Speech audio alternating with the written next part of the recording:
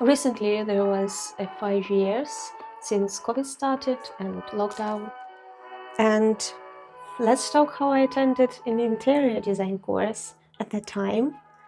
Because apparently, instead of baking banana bread, I asked myself, what I need? A deep dive into spatial planning.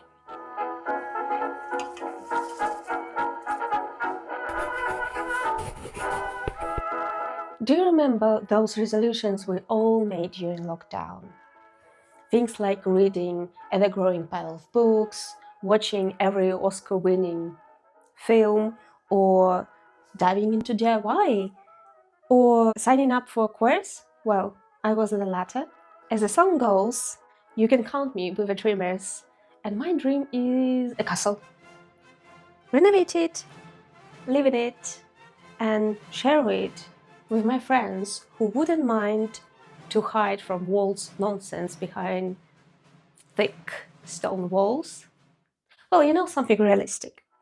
As you probably know, interior designer isn't someone who enjoys mood boards or good color schemes. While this is part of their job, a good interior designer still needs to know everything from ergonomics to plumbing and electrical layouts. Not necessarily to rewire a house or install a toilet, but certainly to know where ceramic fella should go for practicality and comfort. This is the essence of design. In the pursuit of my castle dream, I took a year-long interior design course. It was quite pleasant to learn from actual interior designers. Beyond all the technical skills, those courses helped me to define my taste, my personal style, though funnily enough, it happened more through contrast than confirmation. But we'll get to that. While castle remains a long-term dream, let's put it aside for now. That year brought a lot of changes in my life, including moving from Poland to the UK in the middle of the course. And weirdly enough, even there was a possibility to become a homeowner myself. So, for my last project from 4, I worked on a potential home, my own. It was an online course, as you probably guessed. Interior designers can work on-site or remotely, but since it was our first project, we've been asked by lecturers to base it on the place we were currently living in, since, well, we weren't exactly going anywhere. At that time, I was happily renting a flat with my friends in Wrocław. We had 3 bedrooms, 1 kitchen, 1 bathroom, and separate lavatory. It's quite a big project for the beginners, but we weren't expected to tackle major structural changes. Instead, it was about basics: furniture, color schemes, ergonomics, fabrics, and materials.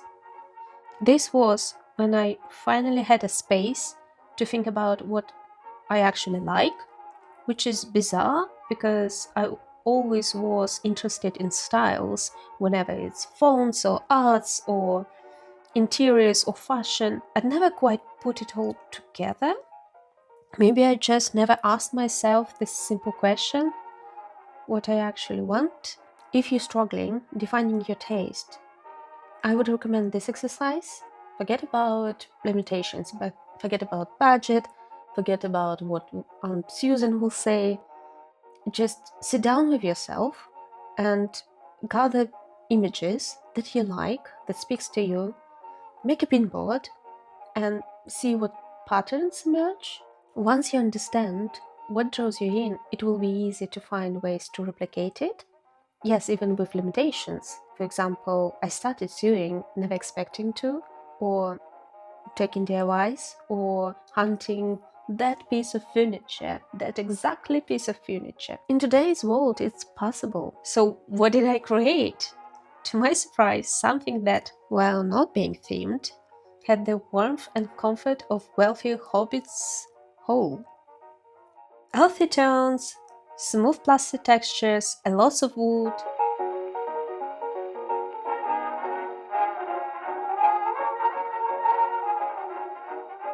One of my significant inspirations on the side was Nick Liu's channel. Despite our opposite views on minimalism, his video encouraged me to trust my own instincts, and I even quoted him in my project presentation. Thanks, Nick. You probably might have noticed that I'm not exactly a modern architecture enthusiast. So for the second project, I decided to push myself into exploring styles that I find, well, unpleasant. And I chose Brutalism. Some Brutalist buildings do have a certain appeal. The Barbican, for example, works gracefully because of the greenery and warmer grays. As you can see, I didn't follow that path. My attempt to incorporate Brutalism into interior turned out meh.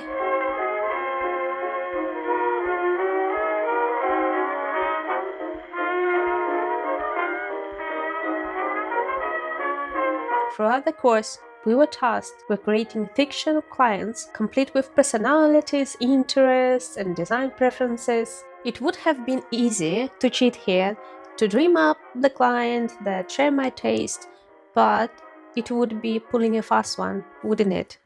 And you know what I realize? A 20th century architecture fundamentally fucked up.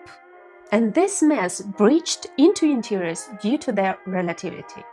Plenty of modernist floor plans look tidy on paper, but feel downright miserable when you got to live in them. We looked at real-world examples that belong to Gattaca or other dystopian nightmare.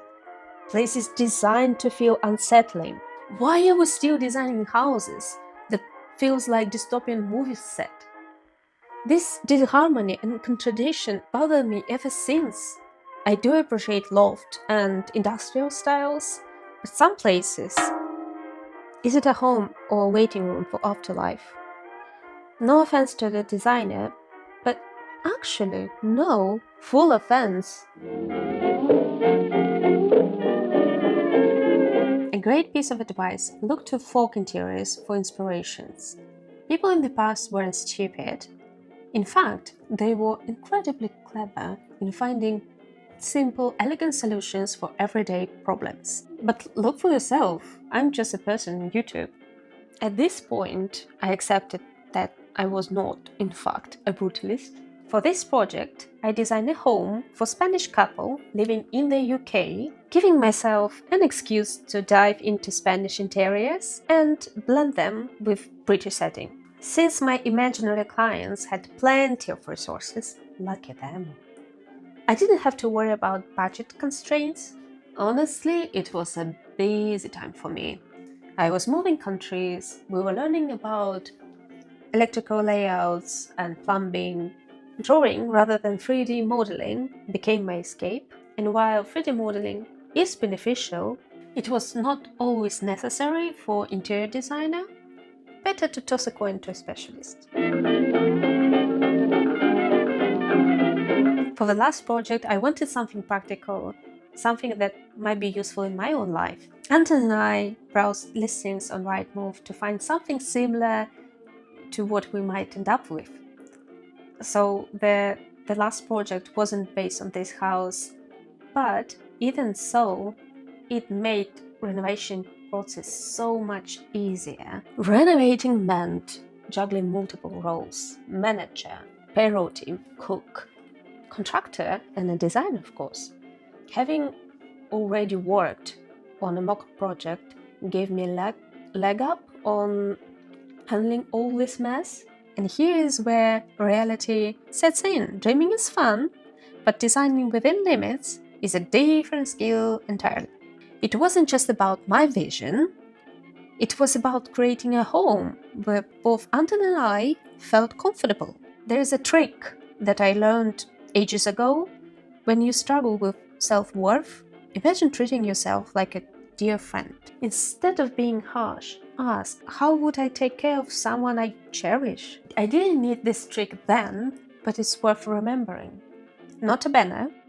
If you're an anxious person and you think that you don't deserve to be treated nicely, you're wrong. Please take care of yourself. And that was it. Of course, we covered a lot of other topics, but this project where everything clicked, the only downside, they never sent me my diploma. Life, eh? But in the end, I've got what I need: knowledge, confidence in my taste, plan for the future. It matters more than just a paper, isn't it? And I'm still working towards the castle. Why do you think I'm here for? Bye. It's recording! It's alive! Alive! Notice that I'm not exactly. That's